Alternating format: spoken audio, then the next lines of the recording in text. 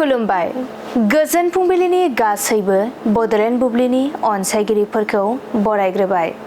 दिनै 4 सेप्तेम्बर बृहस्पतिबारनि फान्जामुथिखौ फरायथिनो लादों आं उदांस्रि मुसाहारिया। फान्जामुथिनि गिबियाव दं मेष राशि।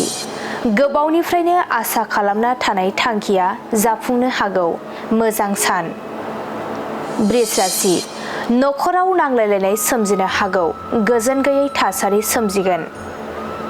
मिथुन राशि। नोंथांनि फिसाया गाज्रि लामाजों आगान सुरलांगोन, फिसानि थाखाय जिंगा सिनांगोन। कर्क राशि। नोंथाङा गोसो थोनायनि बान्दोआव गोग्लैगोन, गोसोखौ उसुखुथु मोनबाय थागोन। सिंह राशि। गोसो थोलायनायनि गेजेराव अनलायनाया बांगोन, गोजोन खुसिजों साना बारलांगोन। कन्या राशि। नोंथांनि जाफुंसारनायखौ गुबुना हिंसा सागोन, सुथुरनि गाज्रि नोजोराव गोग्लैगोन। तुला राशि। नोंथाङा जेरावखि थाङा जेंनाफोरजों मोगा-मोगि जानांगोन, गाज्रि सान। वृश्चिक राशि। बेफार फालांगि खालामोब्ला गोबां मुलाम्फा जागोन, धोन आरजिना लानो हागोन। धनु राशि। आखायाव थाखानाय रांखावरिफोरा खहा जानो हागौ, गोसोखौ जोबोरैनो दुखु मोनगोन। मकर राशि।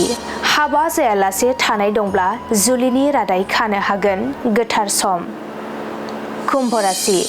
माबा मोनसे मुवा खहा जानो हागौ, दुखुजोंनो गोसोआ बायफ्लेगोन। मीन राशि। गावनि गोसो बायदि गोजान जायगायाव दावबायहैनो हागोन, रंजा खुसिनि सान जागोन।